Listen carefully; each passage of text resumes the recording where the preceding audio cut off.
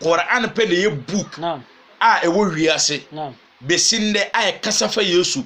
free ne nana enye Yesu no so Yesu ne nana bema ene ne nana oba eso ekopem se ewo Yesu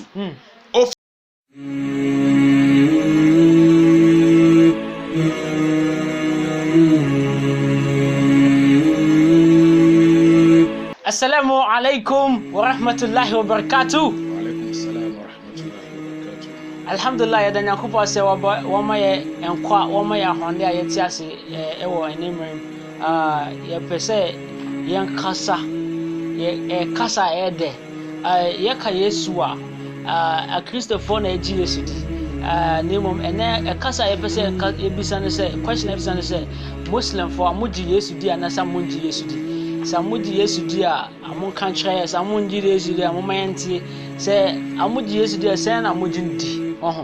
we ansam a yebe kasa be nemom ye pese ye introduce ya stars ya sheikh ya muallim ya mudir ye dan yankopon sɛ wa be kan ho ɔno na ye malam Ahmed Sharif malam akwaba yeni inshallah ana mesumidin di Umar Abdullah Sadat MashaAllah malam ustaz wa alaikum assalam wa rahmatullahi wa barakatuh alhamdulillahi rabbil alamin wassalatu wassalamu ala mabu'us rahmatan lil alamin sayyidina wa habibana ibn Abdullah wa ala alihi wa ashabihi wa man ihtada hudahu ila yawmiddin amma ba'da assalamu alaikum wa rahmatullahi wa barakatuh alaikum assalam wa rahmatullahi wa barakatuh say brother Sadat Allah wa inshirawo say watu nsa frame mu program kese we so yesere obi a ohwe program we say won saka video na wa hye say de bebe ho beba for some yewiasim ha ene yawmul kiyama ye Christopher mun platform we so no mo so mon saka na ye mfaso amomo em say question na obi say na eno kre ye ka say Christo ana Jesus Christ aya dodo na de omani kire e Christopher because ye hwe Christianity it was named by Jesus Christ like the Yesu ni din no e na to eso no enti bebrina omo bebrina adwen yo mo say Christian Jesus Christ no Christopher nkwa na wo so mo gine di ana Christopher nkwa na gine di ye Muslims ye ngi Yesu ndi na no kure wo mo ne say ye ba inkremosumu among the mightiest prophets ye were the 5 ulul azmi ulul azma that the greatest prophet in Islam omo ye ba 5 among the 5 no untimi Yesu mfrim Jesus Christ is the prophet of Islam young Muslims say Jesus di and untimi ye kremoni without believing in Jesus Christ if you disbelieve in Jesus Christ you are not a Muslim so a kai article of faith ho ene se ebeji akomshefo ni na edi so mu firi nyankopon okay we English you kai article of faith no we say if you disbelieve say one ji Yesu ndi a say wo ye kremoni according to Islam no say wo pu Yesu a wo ye kremoni you can only be a correct Muslim by believing in all the prophets so we are Muslim papa yes answer no be kremoni papa no e wo say wo ji Yesu ndi akomshefo ni na wo say wo ji omundi it's a Quran eka kire yen se faminhum man qasasna alayk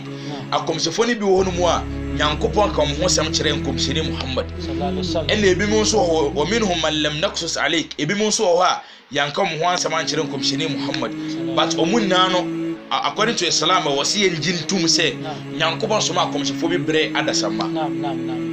enti ya kase Jesus Christo a kremoni as far as the Quran is concerned Quran pen ye book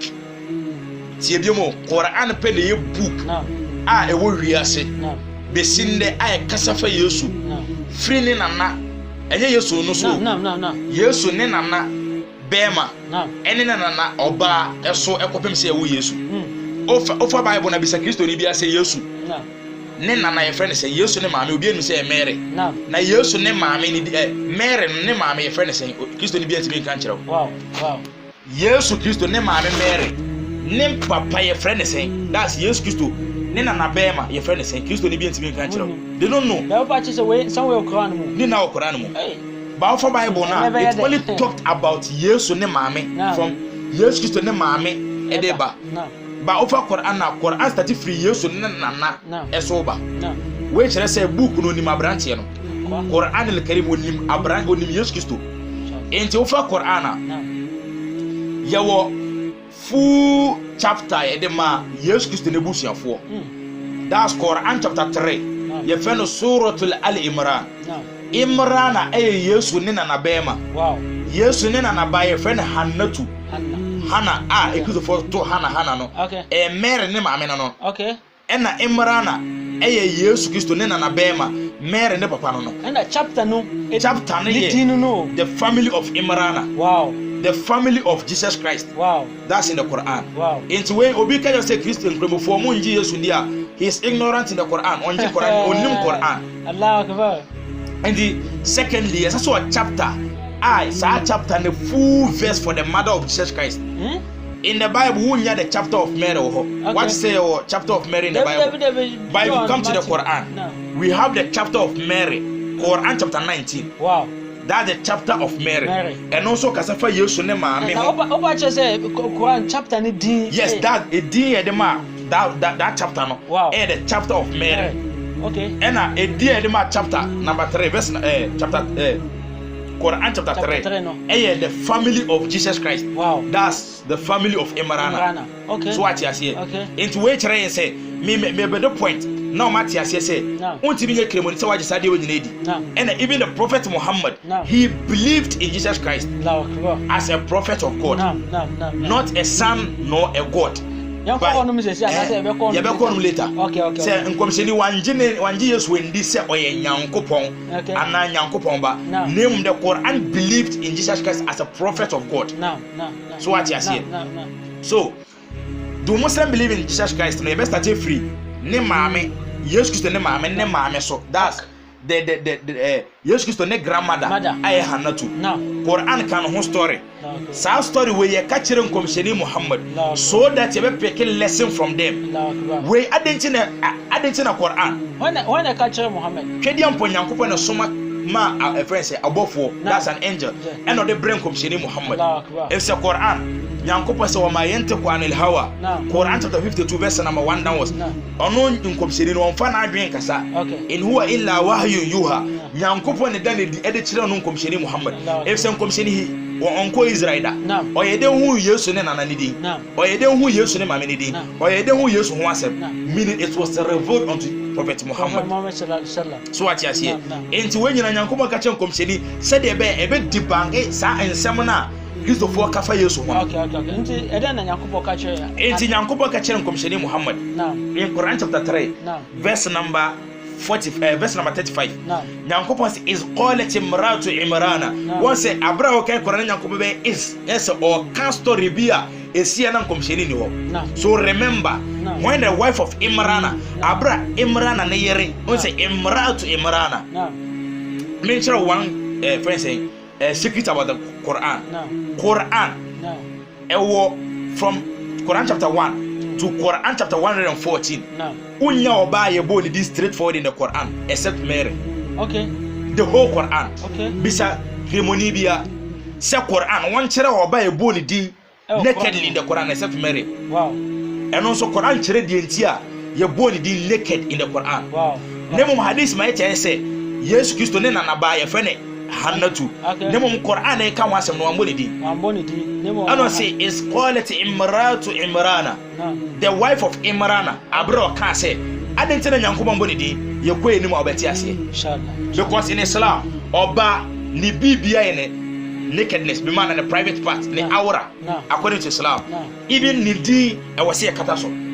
yes akatesia one more about respect to the stance and di kro e kata ni di so wow mashallah name a friend say Mary ni ebo ni di no Quran kire di enti ebo ni di ye kan story ni di enimu a Quran be kire di enti ebo me ni di without even fear so what you say enti abra Imran na yere aye friend Hannatu wasi inni nazartu laka ma fi batni muharraran fataqabbal minni abra bi duruye Hannatu en etese no wonyinsen Hannah what so many years na onwo according to the story of Islam what so many years onwo ni kunu Imrana waba okra they have lived over 90 years omunwo so debi obon pa kire Nyankopon se Nyankopon ma na kwala asa akwala no owu akwala ne pe o de akwala ne be hye asori fie wo Israel at that time no de akwala ne be hye omonsa empire mama boy no okay se Nyankopon ma na kwala promise wa ya ma Nyankopon ne se ɔde akɔla ne bɛma asɔre fie no nom de na edwuma wow nyame edwuma yes so ne mpae no ɔbɔ ne sɛ nyankopɔn ma na akɔla bɛma na a male child na enti sa mpae we nyankopɔn ɛba bɛgye atum ne mo nyankopɔn gye atum no divert mpae no we will pick a lesson from this if so okay Quran na nyankopɔn ka the story of the prophet ne kwa na enti no nyankopɔn sɛ lekɔde kana fi qasasihim ibratu li ulil albab the story of the prophet we have beautiful lesson for people who think deeply there were ensuade a we share free stories ni mu obi odwi kwechire be wo se no sa stories yanka nkyere nkopsini kwa so let's continue onante ye ekwefuom na abro oduru efuom ho no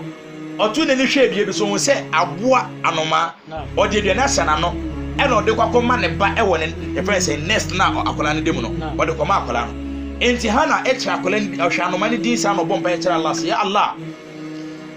en kamede mi se menyi wa bra me mentime wo en kamesraw say mo just one favor said the anoma di aduane asana no ode koma na kola wo ne next mu no en kame nso hyira me na nkame nya akwala obeno me no for just once as na me we free wiase won't say in Islam we don't take prayers for granted abro bo sampae no instant and nyankopɔ gye mpae ne tum so hana efiri efuom wabane kuno nkyɛn wawoni sa warefo edom bedi mpa so agoro kakra omudi mpa so agoro na immediately na nyinse akwakorem enti woba be nyinse o fele se wonyinsen enti abra hana to fele se wonyinsen no ana say rabbi inni nazartu laka ma fi batni muharraran fataqabbal minni innaka antas samiul alim ana bon pese Allah me hanatu me dia kole ya odina se me yefunu mu me dia se wo nyankopon sa muharraran me dia se wo Allah subhanahu wa ta'ala sa se wonye wadwuma fataqabbal minni o wi no se nyankopon je me mpa yetuma me innaka antas samiul alim ana so wo nyankopon obi a wotie mpaebo wo ye nimdefo wo kire se muslim ni obo mpa wi a e wo se nyankopon o asma wa sifat the beautiful names of Allah na wo dia campaign no ho nyankopon betie sade na wotie mpaebo enti abra obo sampai we no ena Quran sa falamma wada'atha ebrenu mu ara wafanyin sen no 1 month 2 months up to 9 months wakwawu akola na falamma wada'atha aw akola no qalat rabbi inni wada'atha unsa wasi Allah mesra won chen akola bema ne woma me akola oba nan kam expect some me male child ena waso apena ma me oba inni wada'atha unsa wallahu a'lamu bima wada'at minim sawu Allah a'lamu bima wada'at wunim di enti o ma me wo oba no okay Allahu akbar we kire yen sawu ye kremoni na wo sere akola bema firi nyankopon chen ana akola oba dan nyankopon ma o different child a eni kwan se wo bufu yere eni kwan se wo bufu nurse fo eni kwan se wo bufu doctor ni e wo se wonda Allah wasif se wallahu a'lamu bima wada'at wono Allah our full knowledge and a wisdom behind giving you that child I wanna say walaysa dhakaru kal unsa me hanatu de minim se oba ene be ma nyade baako walaysa dhakaru kal unsa service we so ye kindly a pick lesson from it the obeso chere ne say ende emronifo say what a man can do women can do better nemo Quran say walaysa dhakaru kal unsa oba ne be ma nyade baako enti ma me ma funny example baako ay chere say oba ne be ma nyade baako yenkola brem say ye kola be metai nasty things ukwa ko jonso a obetimi aso sebe obema mu na wo de draw ewo wall no ho wo de ye design oba so jonso ba straight forward say oba ne be ma yade baako a eya omonye sa na ehwe be ma betima kanenan abom na wa jonso straight forward na ekọ say oba be jonso on kanenan bom na onyoso na ehwe this is just a funny example I kire say wala zakar kal unsa oba ne be ma enya de baako eno say wa inni sammaytuha maryam edina me pesa me de ma kole ya maryam that's Mary yesu ni mama nti Mary wa Arab kasabi ya maryam enti wonsi e fro babi maryam e ozongwa e say Mary ni mama no okay so what you see okay Muslim in Islamic concept no maryam e Mary no okay enti wa say wa inni sammaytuha maryam edina me pesa me de ma kole ya maryam Maryam no malam fo bi a kire se nyankopon agiatum that's the mother of Jesus Christ I know say wa inni u'izuha me hannatu me bompa yasra wa Allah wa zurriyataha me bompa yasra wa Allah se bosa akola we hu ban ene na wo nto ato so hu ban mina shaitan rajim every bronsam ho. So the reason why the name Mary came naked in the Quran and they say name Mami di kan bompa yasra bon entwaje protection from shaitan enti impossible di na se shaitan fadi na wonti me fanya hwe. So what you say enti wa hadisa en komsheni say ye won krofo bebre nipa e won be wiase nyina bronsam o 2 fingers or the be test o side na akola na start o su en komsheni say nipa mienu pe en o ment bronsam entima nyon sa ano say Isa wo ummu Isa ne maame Annabi Isa Jesus Christ ene ne maame pe na bronsam entima fa ne sanka o because of the prayer of Hannatu, which is the prayer of your parents is very powerful. We are ceremonia and was someone else to tell from our for if said you be kebiano e be do echi enti why bone ati o maame a abra wati ka say na wo kofia na wabompai na wakọ maame nche na say mama fa me bone che me mama bompai mama shira me sampai no komsheni say between wo maame and Nyankopon there is no hijab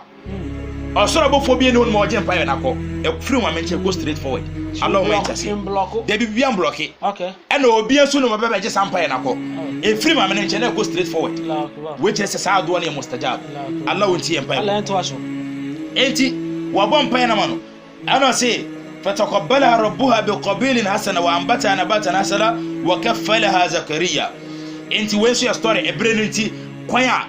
Mary yetete no ebre bi duri Mary wenyi ya pe obi obehwe Mary so enti omo kase slot omo to chacha enye chacha ye diskatu studio ye de Mary agina ho ene ye choose hwan na behwe Mary no so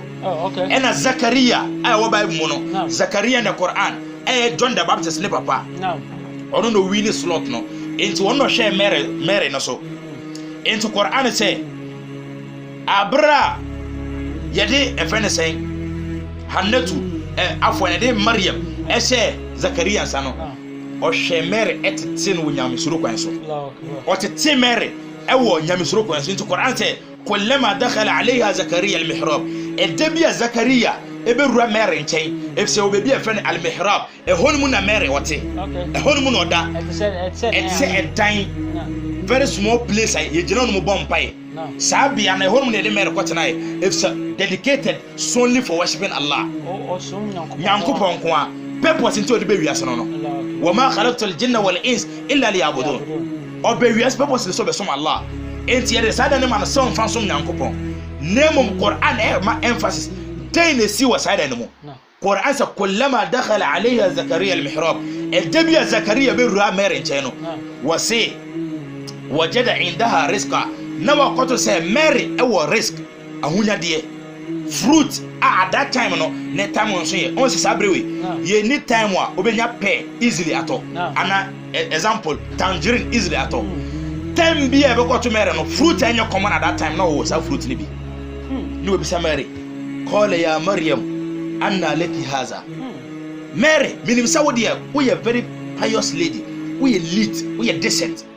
e ba ne say na wunye aduane we e say aduane ne bre nya so ye reply Mary ndima Zakaria said qalat huwa min indillah say aduane a hui adetie be Nyankopon soma angel or the free soro no de abreme ne medi wiane de ko Allah miracle. This is a miracle from the Quran. So the miracle of Jesus Christ it started even the birth of Jesus Christ. It started free na Mary so Mary according to the Quran. The be the free soro ne de abreme Mary na wedi. In the Quran says kullama dakhala alayha Zakaria al-mihrab wajada indaha rizqa. No be say Mary no wo hunya de bisa no. Qala ya Maryam anna laki haza when did the new Hebrew no can say qala huwa min indillah said you anyway de free Nyankopon chen Nyankopon na de new Hebrew me ano say inna Allah yarzuqu man yasha bighairi hisab Nyankopon wo ma obi ahunya de Nyankopon pe no wo ma na ahunya de according to the Quran enti yanto as fast forward Abraham nyi no Mary nyi drum penyin bre so en Nyankopon soma angel so me kan kire Mary we are going to the story of Jesus Christ. When you first warn according to the Quran. Quran says wa iz qalat al malaikatu ya Maryam. Ebrebi dure Mary hu ne na angel aba na nchen. Ena angel na friend ya Maryam. Inna Allah astafaki wa tahharaki wa astafaki ala nisa'il alamin. was inna Allah astafaki nyankopon akron nyankopon atew ho nyankopon ama dignity among the people of the earth emma wo wiase mu nyina no nyankopon ama highest rank. Okay, so any say eya saka se we kire me say so obi ka kire me say the prophet Muhammad is an enemy to Jesus Christ. I mean nya adwen enemy said enemy because almost say oye na townful say nkomsheni Muhammad ebe 10 yesu. Okay, so what time obi a you wouldn't say all this about that person. No. You wouldn't even create a book, writing a book and putting the family of that person as a chapter. It's not done anyway.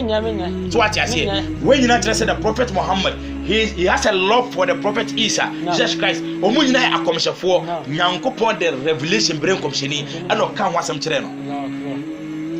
Enti nyankopon si ya Maryam qanuti li rabbik wasjudi warqi ma arrakiin. Ana nyankopon mar efense angel ka chense ya Maryam Mary nyankopon ma daraja nemum dia woye ente nyankopon ma sa gift wo nyina no koso na ekonoti eya ye rukui rabbik wasjudi warqi ma arrakiin wasi Maryam branwasiti atutie ma nyankopon wasjudi na sujud eya fa muma ebo fo ma twedi ampo nyankopon warqi ma arrakiin eya obumu ase e kan krofo mu bu amon ase ma twedi ampo nyankopon. Say after believing in Allah e was onye salat emra de bremere no ana dalika min amba'il ghaib nuhi ilayk sadie we ade bia e ghaib na won komsheni ni ho ena ye nyankopon yada ne dia ide e de a kire won komsheni Muhammad sallallahu alaihi wasallam no ni abrade ni se no ni ho ena ye da ye reveal a kire won komsheni Muhammad izo zalika min amba'i ghaib nuhi ilayk ade bia ghaib na woni ho and they are reveal at won komsheni Muhammad. Yes. Okay. And we so kire say komsheni Muhammad he never speak on his own authority one phone on him ankasa.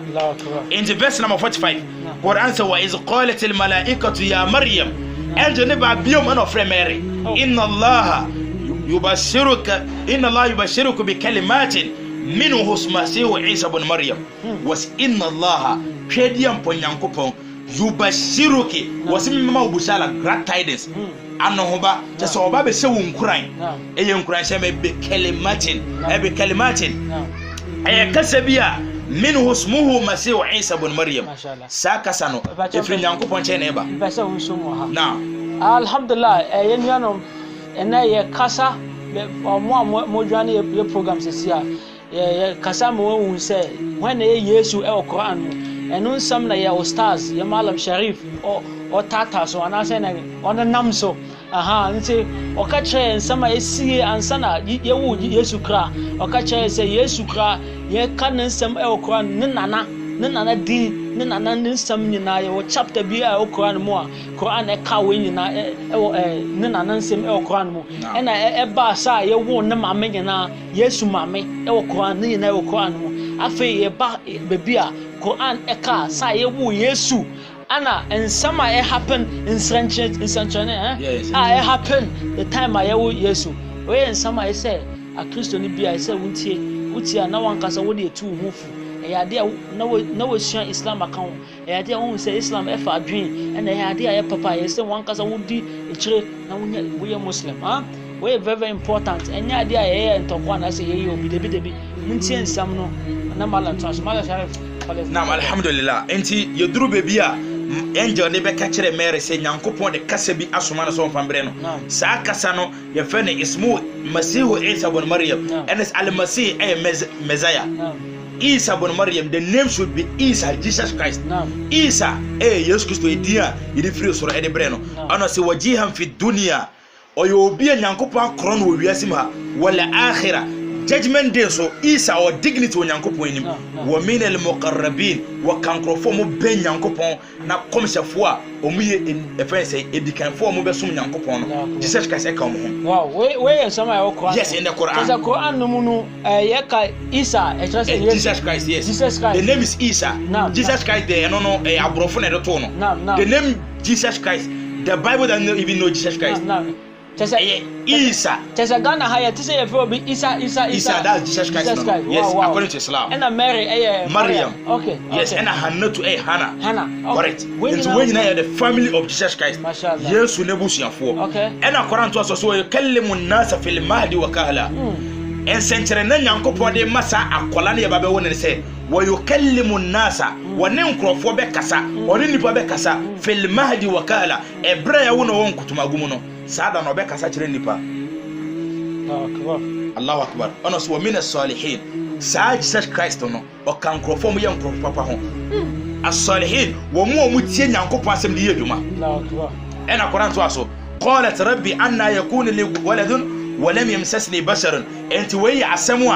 مير ابرا يكاس اسم نچره نو وانا كاس اسم نچره نو angel نكاس اسم نچره مير angel Gabriel okay yeah angela na kokon esoma eba nipa the messages every nipa into the end the chapter of Mary and be story never clear okay ni ehun se nipa na oba no oba angel nesa so ana nipa nesa so okay according to the Quran okay enti you can Quran chapter 19 now verse number 18 Quran say in starting free Quran chapter 19 verse number 16 wadhkur fil kitab Ibrahim we so Nyankopon kai the prophet wadhkur fil kitab Maryam we are telling the story of Mary Mary abra no be wiase na nkomsheni ni ho enti he reminded the prophet Muhammad sallallahu about what happened when he wasn't around and I say izin tabazat min ahliya makana sharqiyya ebre bi duruye abra Mary hu se Nyankopon den sentireni bebredi a kire no ofiri nebusuafo nche head towards the east according to some narrations or kosoka wasansuo wallahu alam enti abra ho kon fatakhazat min duni hijaban and all this a friend say screen protected between on and nebusuafo be mana e just all distancing him far from his family Mary F50 a far place baby I wa yes sabia no anso no be say ne chiaba na nebusuafo no e kwan wom kakra okay into Quran say abro oduru ho no no farsalna ilayha ruhana an Nyankopon ya soma ye angel so nkwa ne nchen fatamassala laha basharan sawiya so wonkon ka asam nkire mere se Nyankopon e de akola bi a oye basharan sawiya akola bi enimdifo akola bi an hote akola bi okron wo wiase on kan nkire mere se oba bewo na sakola no oye akola bi a na hote Nyankopon man dignity fi haze dunia when sama e wo Quran in the Quran aba Jesus yes ansa na ye be wo na ansa na be nyinsan no Quran in the Quran before guy yes on by we asa onya me wi asa no ye dika kan wasema a kire ne mame enti abra mame ne tesa no ano say qalat innama qalat inni a'udhu birrahmani minka in kunta taqiya so no woni ono mere no oyo obi a oye very decent onye mmemasem enti abrante ne according to the Quran no angel neighbor one by in the form of an angel was saying nipa ansa so in a form of a male bashar enti Mary hu sa abrante na kasa sama che no hu abrante kro honest qalat inni a'udhu birrahman minka in kunta taqiya mesren twaje firi Nyankopon chen e fa wo abodi we hu se usoro Nyankopon akọ firi mi nchen ko e se menimu na che se wono oni mema mengo no oni bema ni alaka bia Mary according to the Quran Mary obu no bema onye na busu ni no ono ne hwe en se ne zongo forma senka zongo forma ena aberema sei edan wodi a kire na Africa no de nkomo ba be hye no Africa say Samari Canada ke we na ka futo so what is Africa no ba be yo be be ma ebi no yo amko church ma afa na amo sa yes obe sade no na to adwitwi no we nyina ye gide ni suban Mary we hu abrante wonim no ano so call it inni a'udhu birrahmani minka in kunta taqiya abro ka sa semne cha abrante no ena abrante se qala innama ana rasul rabbiki li ahabalaki gulaman zakiya wafa arabe kede Quran say abra Mary ka sa semne cha abrante no ena abrante ne ka che se qala innama ana rasul rabbiki I am a messenger from your Lord me enkomsheni bia na sesomafo bia Nyankopon asoma me seme bra wonchen li ahabalaki gulaman zakiya seme be kanchira so be wo akola bia oye zakiya ye ka so bia zaki obi na adwumodo obi odwin kwachiri that's Jesus Christ e wo Quran in the Quran wallahi Allah akan nemo Quran and the Quran o hwe Arabic na Quran Allah e ka Quran mu the what's the Quran said the Quran a book bia nyankopon is very beautiful to recite so what you say enti yento story no so abrante de kasa sem na kire Mary no afi Mary say call it Mary asemo be kan call it anna yakun li gulam ebede na mawo akola walam yamsasni bashar ewa abra be me bi amfa na san kame walam akubagiya ewa abra so me yedo manfo Allahu akbar beautiful message from the Quran call it anna yakun li gulam abrante me da oba walam yamsasni bashar ewa abra me nikuno walam akubagiya ewa abra me yedo manfo two description of the man one onikuno two onye prostitute onye obi a obesore keke no ne be mafra kwada just like that just to give birth nyankopon so be wunti ti replya abrante ne mano qala kadhalika qala rabbuki huwa alayya hayyun wasi qala kadhalika sana tiema wunyankopon qala rabbuki nyankopon no obo no kasa no huwa alayya hayyun sa nyankopon nsem na kra nyina wo so be nyakra nyankopon nsem na wo so be wu nyankopon nsem na wo ana to say walinaj'alahu ayatan linnas wa rahmatan minna wa kana amran maqdiya wa to say walinaj'alahu ayatan linnas sa nyankopon no wonno kire yen science or the science kire nipa some of the science say you call we layla ala nahar nyankopon sani na dona de sayaba adetiye ba na adesayaba se nyankopon pa no me hwemo yesum na nsu efiri soro aba ni na ayat rabbik the science of Almighty Allah it was say so when you nyankopon there just look at the science of Allah and know that he can do what you will never even think of nyankopon betima ya dia wadwen untime nwen ho enti faja abrante ne ka asem ne kire mere pe fahamalatu abkasene firi abrante ne num awo hye mere ne yefunu mu adane nyinsen Quran ta fahamalatu fantabazat bihi makanan qasiya abrante ne ka asem ne kire mere pe kasane firi abrante ne num akọ hye mere ne yem adane nyinsen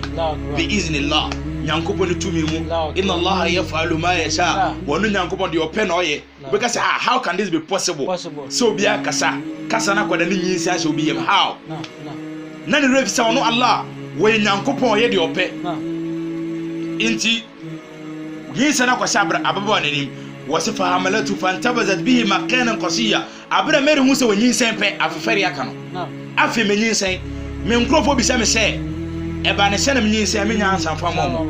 ese me nikuno ena ya me na me sora me ya me ho me na me ye holy me ya me ho ana se amanye nsen de bi obi hu me se me pious lady de bi am wo e friend say King Solomon a temple ho mu me bien ko be bia de bi am se hija makata me ho asie ye den na ko nsen o fa he a very big task unto Mary asem we mu oduru we kra wo family kra wo be de je subhanallah we busia fo mo ji odi ko mo nyi woni if say omo ni say wo no ti wiase no ware ye nchira ware ma e ba na say no wonyi say no enti abre hu sa no fantabazat bihi makanan qasiya ano nanti ko a very far place boy na adwin say on come back to his family again wananti enti faja al makhadi ila jiz'i an-nakhla wananti abebedur ebrebia sabia no ye fe an-nakhla das dabino date palm ano tena date palm no say ana afi wadwen ensem no sa sisi amanyinsen me kwa me busofo bi sem senyinsen ni firi he me wo akwale kura de ne besi wodwe de we ho sa ana si ya rab ana faja ahl makhadi ila jiz'i an-nakhla qalat ya laitani mi'tu qabla hadha wa kuntu nasiya mansiya ana si ya laitani kedi ampo nyankopa obo me nyankopa okuta me kra subhanallah mi'tu qabla hadha wa kuntu nasiya mansiya senke ya enka nyankopon je mekra na mewu firi wiase enka nyankopon kome preko efse yinsen mehu ason faso wa kuntu nasiya mansiya na me nko kan krofo a wo mewu firi wiase nkrofo wure fi omo na omure fi kwase be wiase because ene mguasie enfata kan niba yes yinsen no bre no e wo ho ene mguasie obedi na ebusa fonso wo ho odwe sade we ho se kola ya laitani qalat ya laitani mitu qabla hadha wa kuntu nasiya mansiya nyankopon ka be yanka kome na bibia tunja Mary kasane Mary ne kasana no abro ka sape fanadat osede Quran say abra mary e ka sape fanadaha min tahtiha alla tahzani ano tis ennibi e ka sa kire no ano ka kire mary la tahzani qad ja'ala rabbuki tahtaki sariya nyankopon e di ehunyade bi e de friwase e de ba ebetima ye akwala annabi Isa alayhi salatu wasalam ba be wono no ebetima ye resco fufura nyankopon de ma no instant na wa kamere woni sen awaka no na ko fo ho ana obie ni ho no obie ni ho mere nkwa na ho tese bebi akọ na obie ni ho a desert a very far place from his family obie ni ho ni obie ho ono nkwa na te ho no mo odwenwen obo mpa ese nka onwu kura na asem nsa ena wote se ni bi kache no fanadaha min tahtiha alla tahzani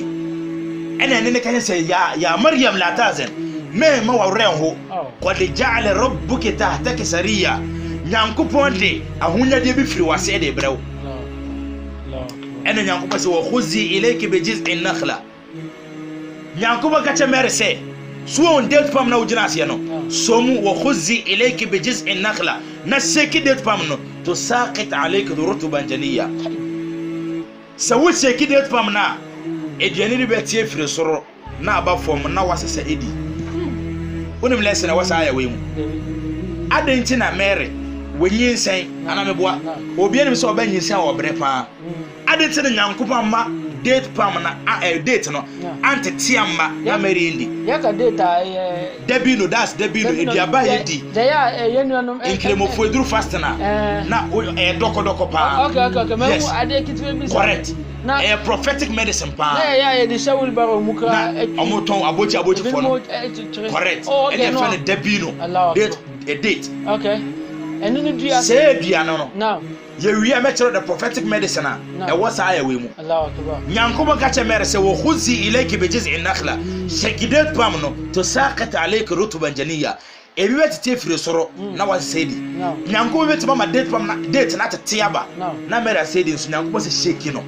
adentia se wunyi nsan a even go hospital e kire say oba e wasa wo exercise so shaking the date pam another exercise for the pregnant woman Allahu akbar enti menyi nsan tra say menyi say we dey wasa me tena say e wasa me home na wo ye lazy no Mary the Quran abro nyi say nyanko se shake date pam no ye exercise preansa na wadi we zo kire nsa say wa mra wundi menka say me dey me soro nyanko me ye malam nti wunya duma say wunya duma krono na bebo we just say you have to work for your what I was so wunya duma say wunya de obedi enti nyanko bon ka che Mary say shake date pam no ebi betiti aba na sebidi ena kora so fa kulli washrabi wa qarri aina ena nyakuba se wa akwala no did date debi washrabi na no munsuo ensuo na sa wase ko no sebi na no wa qarri aina na mo weninje mo akuma nto yem fa imma tarayina min al-bashar ahadan so free happy you are going back to your people you say me free ha go back to your people fa akwala no ko kire mo neum sawu kona usia obi a fakuli chese o sheki date pam no date na tiaba ebi te bae on sabi die enu nsuo na nsuo efi fa nsuo fi asena bae na nsuo wo hoda na nsuo ni on miracle from Allah chese ensenkyere ni nyankopon ya kire mere se akola no babe wo a very great prophet I free nyankopon chese before ye be wu Yesu kra correct ensenkyere ni bebre si asena ye wo no esi Allahu akbar ebi ni ena date pam matese na enye seasonal fruit no o say time ni ntimi nko into date o kan tafsira o say date na esi won mu na the time so se be so aba Allahu akbar nemo Mary nya so mu pe ena ababa so instant na I ripe Allahu akbar na stiaba no wasabi edi Allahu akbar when you na nyankopon e kire mu'jizat miracles e kire sa kwala na e babe wono a very great prophet Allahu akbar Quran say abra odire ni wie na nyankopon se fa imma tarayina min al-bashar ahadan who free up go back to your people but if you are going sawo kwa obi abehunu bia fa kuli ka kire mo say inni nazartu lirrahman sawma eda we de my fast na manyankopon falan ukallima al-yawma insiya eda we de mi no bi ankasa at that time a culture a practice amoye if you fast you don't talk no talking can break your fasting yes into a moment time no we fast na yankasa enti na wase sɛ wo kɔ na wo si obi a fakuli inni nazartu lirrahman sawma kache sɛ nipa ne sɛ nda we de ma yɛ fast na ma Nyankopɔn falan ukallima al-yawma insiya ɛda we de me ne obi ankasa. That was before, after so wa akwala ne wie no. Yes, owu Yesu wie no. No, he was a fresh baby akwala ketekete. Now I war rag so dantuma gumo ye dey no come back to his people. Just one nanti ye kra. Debi I won that very day won na sada na. E se kire no for ba besi. Allahu akbar. Quran ta fa'atat bihi qaumaha tahmilu. Now Ena Mary epeja ne ba no. Now Ena de no call no nkrofo ne nchen. Akwala ne kuta no. Now Abro mu se Mary abape ena mu boabo mu na abrante no oba. Ababa wa na eba. Mary ne busuafo no. Okay. Omo na oni omo no at that time. Now Bebre na mpe na asem dada. Now Enti omo se ababa we firi no se be some month ago. Now Oba nso okuta akwala na eba. Okay, yem boabo ye ho ano ne ko question no. Now Akwala na ho ne ba no. Akwala mi firi hefa. Okay. So what you say? Now Enti omo me no se qulu ya Maryam. Laqad ji'ti shay'an fariya. Wodi ade ehu aba. Wo firi ase na wonyi nsen. Now Yesu enim se woni kuno. Now Eba ne se na de akwala aba no. Ya ukhta Harun, ana umma title the sister of Aaron. Now Ma kana abuki mrasawin. Obo betele wiase no. Wanye obi o ye basabasa. Chese ne papa A pious person Imrana. Okay. Mary ne papa Imrana. No a pious person. Now Wa ma kanat ummuki bagiya. Uma me Hannatu so onye dwumanfo. Now She wasn't a prostitute. Now Uma metele wiase won dwuman da. E ba ne sen na wo dwuman no. Oza kasa we any asantefo ebe no mu bu se koton wa no mane no kre. Kire se wonum wi a automatically obebeti be no mu wi kra sen. Enti won se oba no wi enye news e se papa no nom. Enti sanka ya de papa no ene mam no mu bu dwuman wo ye so ko be bisa mere sa question. Enti kire se wo ye papa na so obo so ba ye pious a you have to be pious yourself. Wo papa na wo so onye obi a wo ye tenenefo. Before ansana obeka se wo ba enye teneneni. Yes. Enti Quran to aso Abra odi akwalendro ya ukhta Haruna ma kana abuki mrasawin wa ma kanat ummuki bagiya o betele wiase no onye dwumanfo o ma me so tele wiase no wa mbo dwuman da ena Quran fa asharat ilayhi Abra mu ka asem ne kire Mary no Nyankopon so ka che Mary se hwe da wankasa so ye din enti wa di ana de ne sa pointi akwala no so fa asharat ilayhi Kao, ye bisa no question I say one answer question no. Yes. One answer question what yes. Answer Ana de ne sa kire akwala no so fa asharat ilayhi Now ana ko fisa qulu kayfa nukallimu man kana fil mahdi sabiya ya beda ni akwala ya wona nde akasa e se mo misa mere question o si emisa akwala no akwala no si akwala kiti ya beda ni akasa wow كيف نكلم من كان في المهد صبيا يبين أكون أكتي أكسا بيسأل question won't answer ما أنسى أنا بوينت أكلانو أبرو بوينت أكلانو سبي instant أنا أكلانو كساي الله أكبر تسا أكلاك توا Jesus كسي أقول ده بريدو كساي أسمع فري يسوع أنا نسي قال إني عبد الله يسوع كريستو بينا أنا أسمع كان first and say إني عبد الله I am a slave of Allah مي يانكو بانكوا we kire se omo si Yesu Kristo Nyankopon no o metwa ntoro omo si Yesu Kristo Nyankopon ba no metwa ntoro Yesu na kse num to o se me Nyankopon akoa enti ko Bible mu Acts chapter 3 verse number 13 was Abraham Nyankopon Isaac Nyankopon ye eja no Nyankopon peja na akoa Yesu Bible na jatum se Yesu Kristo Nyankopon akoa enti Yesu Kristo se inni Abdullah atani alkitab Nyankopon ne huma e friend Bible amame that the gospel waja'alani nabiyya Nyankopon yemi nkomsheni a great prophet Allahu akbar tesa akola ketu aya wono a ondu 1 week kra enya 1 week onya 2 days onya 2 days that very day ya wono no sada na no kasa no ena o obie na no inni Abdullah we miracle upon miracle tesa me hu bi da akola be kasa at least from 1.5 year 2 years aso be kasa na akola one day o kasa say we kire the beauty of the Quran the miracle of the prophets now tesa ye ba Jesus Yesu no akasa first Quran it says the mitie fi wo kai Quran tesa ye Muslim ye gidi say obi amfa bema bia ne Mary anna ena ye wo Yesu now ena tama ye wo Yesu no okasa ye tama wa ya kwala now undo no undo ebre wo so kasa so kasa into when miracles yesu Kristo ye into wo kan Bible no ka John 20:30 wasi ye won senkyere ni bebre yesu Kristo ye aya ntwere no Bible no mu say ye wo miracles bi wo ha yesu ye you can't find in the Bible so won hwe onya Bible mu come to the Quran into ye to verse na so waj'alni mubarakan aina ma kunta nyankopon ama me yesu Kristo mubarakan mi yo inshira e wo bebia me ko bia chese bebia yesu Kristo bebia eberura bia no inshira we another ni'ma nyankopon ni ma no gift nyankopon ni ma Jesus Christ and also wa ausani bi salat nyankopon asemi yo semenye salla in the Quran yesu nyankopon ne manamara so me salla enti yesu Kristo be wiase no according as far as the Bible is concerned according to Matthew 26:36 yesu be salla in the Bible yesu de no mama ebutu from 26 Matthew 26 verse number 36 downwards 39 yesu de no butu from okay said the Quran say wa awsani bis salata nyankopo asemi yesu se me salla wa zakat mi yisi kan fanya zakam bo hiafo yesu wa ya salla wodi ni ti odi ne mama abutu from ena no to ahwewie se de kremofo ye no de na modi rough yes say kremofo de mu ni Bible no okay just a way and some are very important maybe one tea baby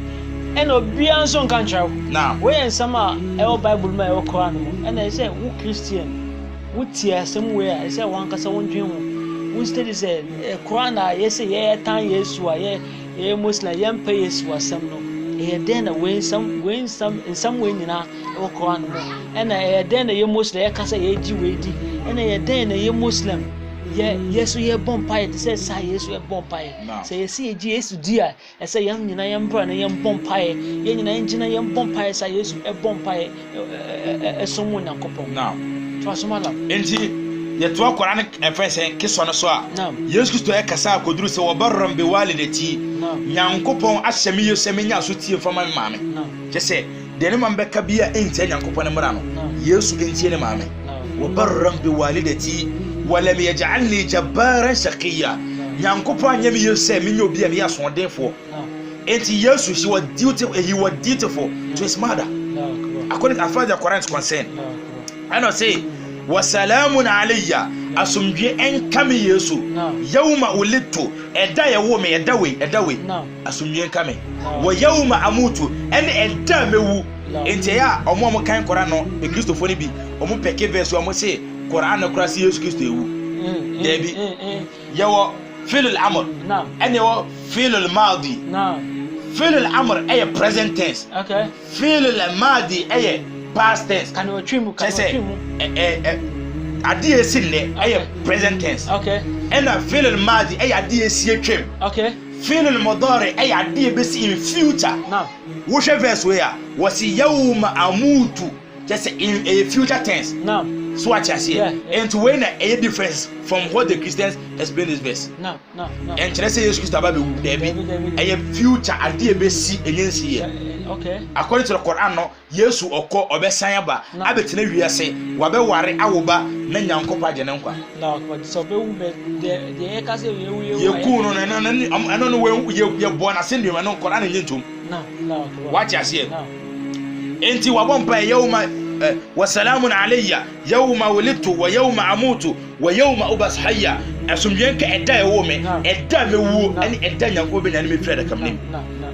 انا ذلك عيسى بن مريم دي كان ستوري ينا قران ذلك صابرانتي وي عيسى بن مريم Jesus mere ne banono says somewhere nyina yake e fa yesu mere ne banono won say the Quran arrange story no o be we no say dhalika Isa ibn Maryam this is the story of Jesus Christ the son of Mary me feel sa a directly message yes because so wanya na sa o be ka say no Jesus fufuro bi ne ka no wasem enye Jesus mere ne banono so what you say and the Quran say dhalika Isa ابن مريم مرن بان قول الحق الذي فيه يمترون وهي كسبيه كسا اي كروجي في بيني قول الحق اي كسا اي نكره كسا انا القران تواسو ما كان لله ان يتخذ من ولد you read the story of Jesus Christ and fatanya nkoma so be fa oba say the Christopher say yes Christo Nyankopon e ba no Quran enye ntom Jesus Christ is the slave of Almighty Allah so Nyankopon akwa Nyankopon nkomheni Nyankopon messenger according to the Quran and to when the story the birth of the mother of Jesus Christ and that of Jesus Christ Allahu Akbar we unya no baby ese Quran no kwa Allahu Akbar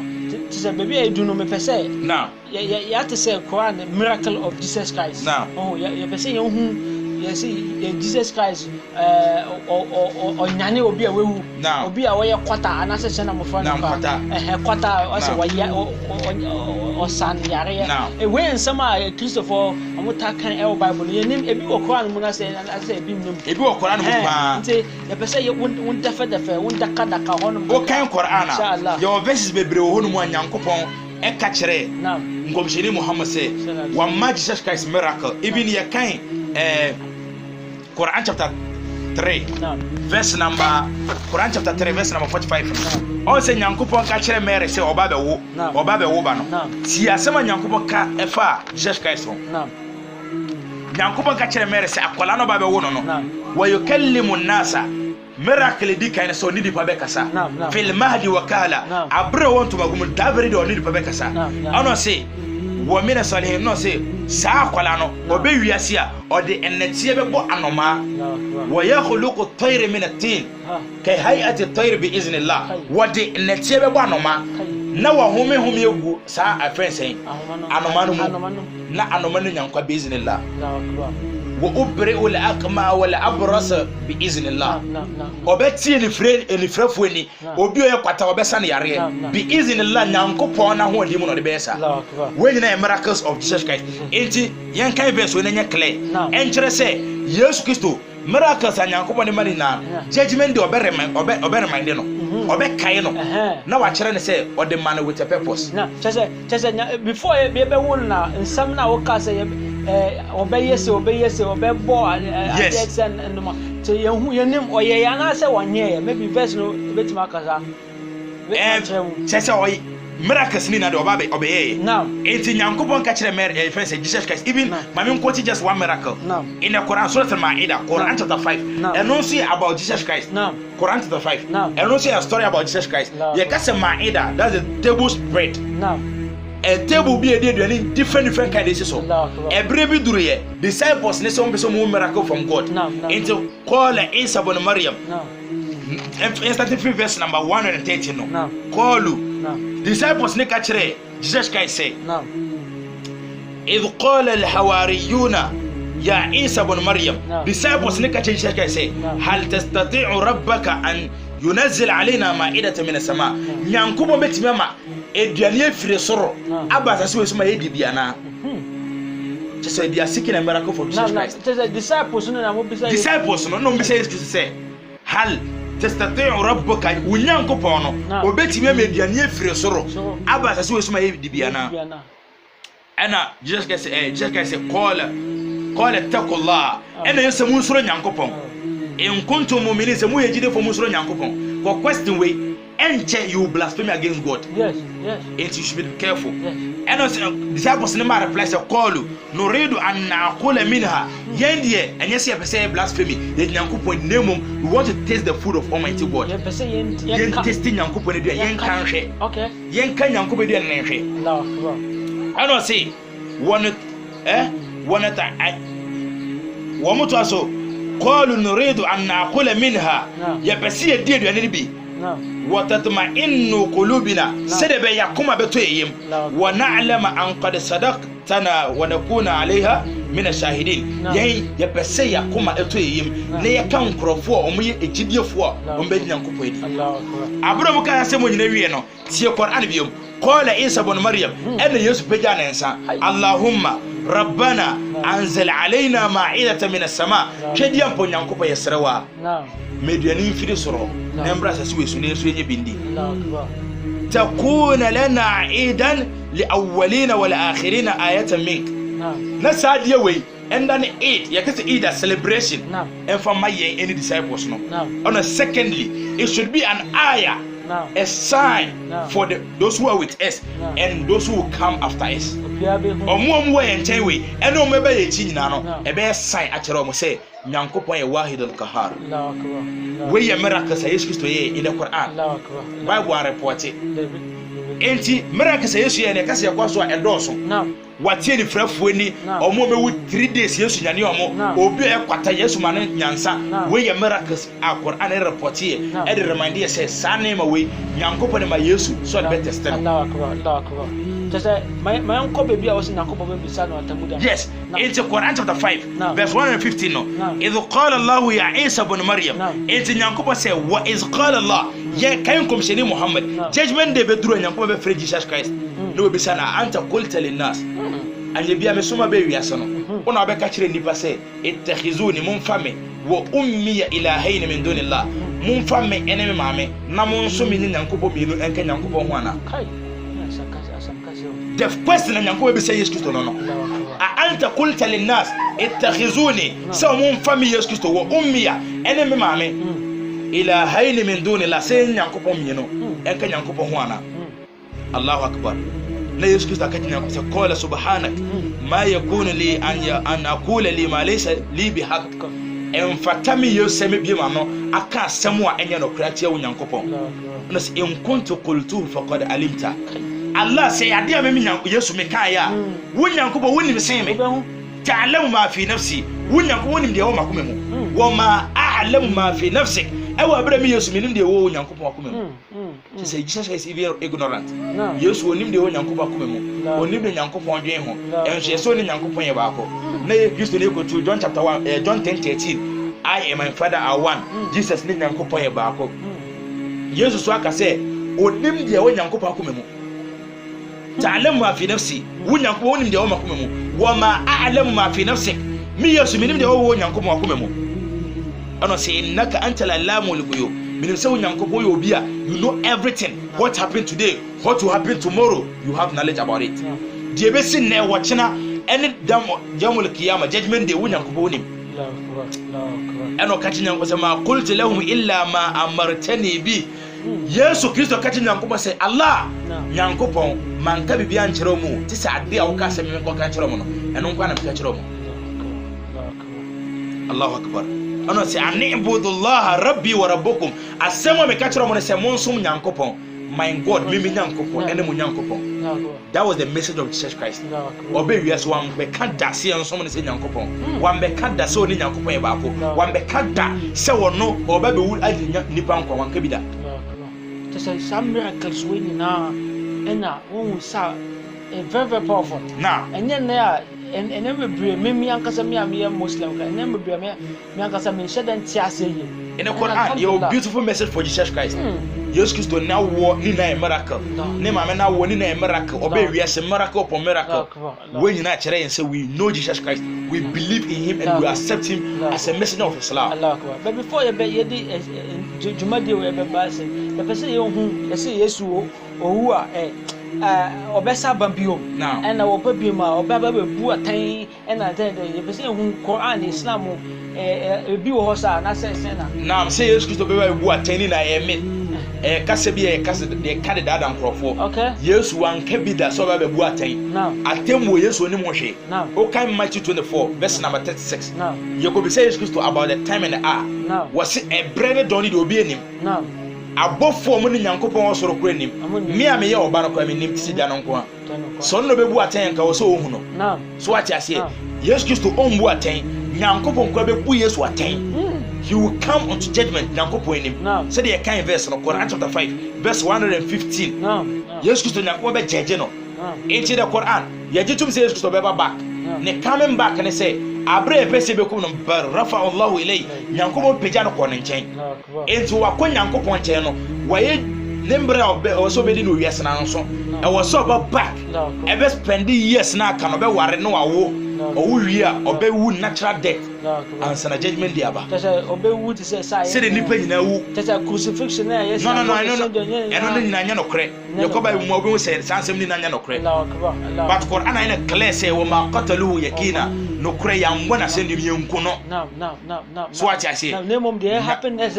nyankopɔn pagya no ɛkɔ ne nkyɛn enti even that concept is in the Bible. Okay, 2 Corinthians chapter 12 verse number 1 wɔse menim onipa bi ɛwɔ Kristo mu mfie du nie wɔse sɛ ɔwɔ honam wɔ menim so ne honam wɔ menim saa wɔ nipa no yɛpagya no akɔ nyankopɔn nkyɛn yɛpagya no akɔ ɛsoro ɛtɔ so mmiɛnsa that Jesus Christ nti abrɛ ɛpɛ sɛ bɛkum no no nyankopɔn pagya no ɛkɔ ɛsoro ɛtɔ so mmiɛnsa ɔbɛsɛn abɛwiase na ɔbɛbɛwu natural death na nyankopɔn abu n'atɛn. This is the concept of Jesus Christ in Islam. Yɛgyini di so nyankopɔn no nkɔmhyɛni na mu yɛgyini ni so nyankopɔn ana nyankopɔn ne ba. Last question. Now, what's the word say nyankopɔn nkɔmhyɛni? English kind of prophet. Yeah. Yes, ka prophet. I say nkɔfo a yɛhu wɔn billboard so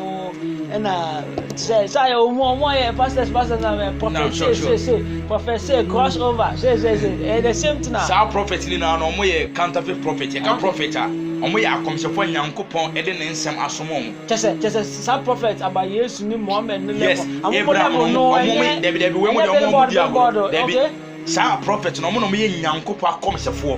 A nyankopɔn de ne nsɛm ekuta wɔn so wɔn family wiase. Sanke yɛ prophet at our time. Maame kyerɛ example ɛkyerɛ sɛ prophet omo Ghana ni wiase mu nyina mo yɛ nadafo. Every prophet stand for the nation. Prophet bi egyina mu ɛma ne manfo. Sɛ nyankopɔn ne yare bi ba ɔman no so prophet na be kɔ nyankopɔn anim na wasere nyankopɔn nkyɛn ntwaje. Sisi yɛ wɔ the era of coronavirus. Prophet ni na ayera. Prophet a claim prophet ni na ɔmo bi ebie church si na ayera. Obi asere dem. Obi atu na sɔre dem. Ɔtwɛn sɛ scientist omo yɛ doctors for mesa yare ni wi a no mo be bia asɔre dem no ma sankrofo yare eje bi sɛ saa ankrofo no omo nyɛ prophet ana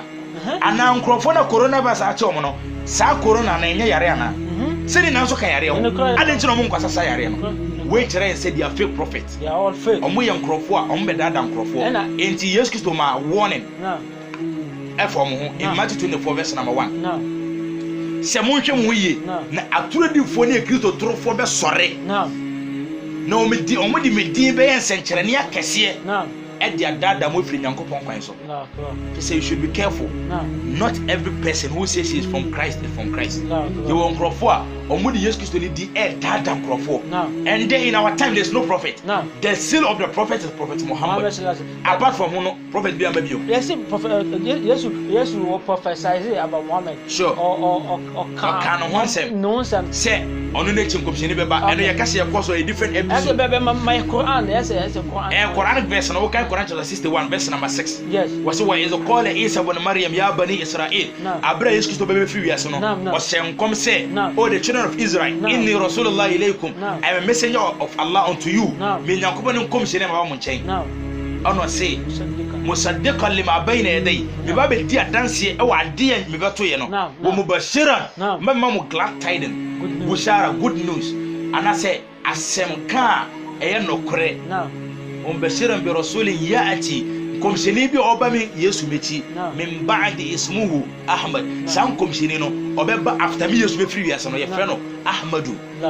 The name is Muhammad. Ahmad ni na the same thing. In the Quran Yesu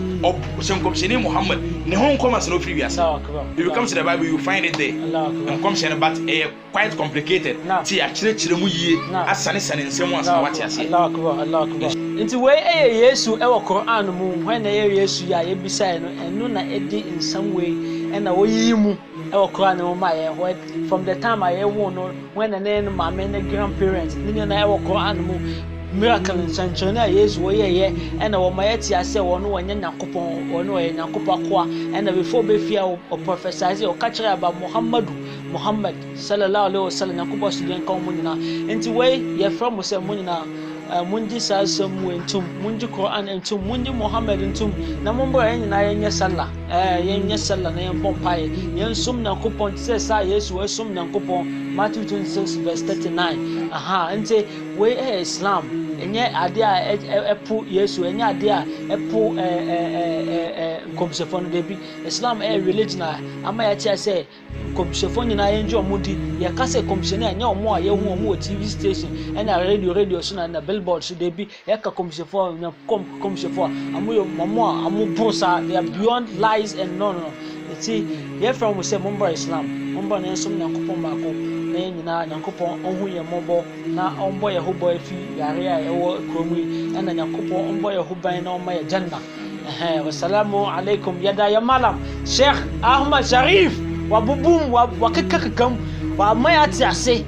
ɛna yɛda no ase sɛ wanya time ɛna adesua adeɛ no Allah ɛmboa no na ɔmbɔ no ho bɔn no ne family na time ne bibi a wɔyɛ Allah ɛnhyira no aha up to the year after Allah my janna. Wassalamu alaikum wa rahmatullahi wa barakatuh. Mina munya Anwar Sadat. Assalamu alaikum. Wa alaikum assalam wa rahmatullahi wa barakatuh.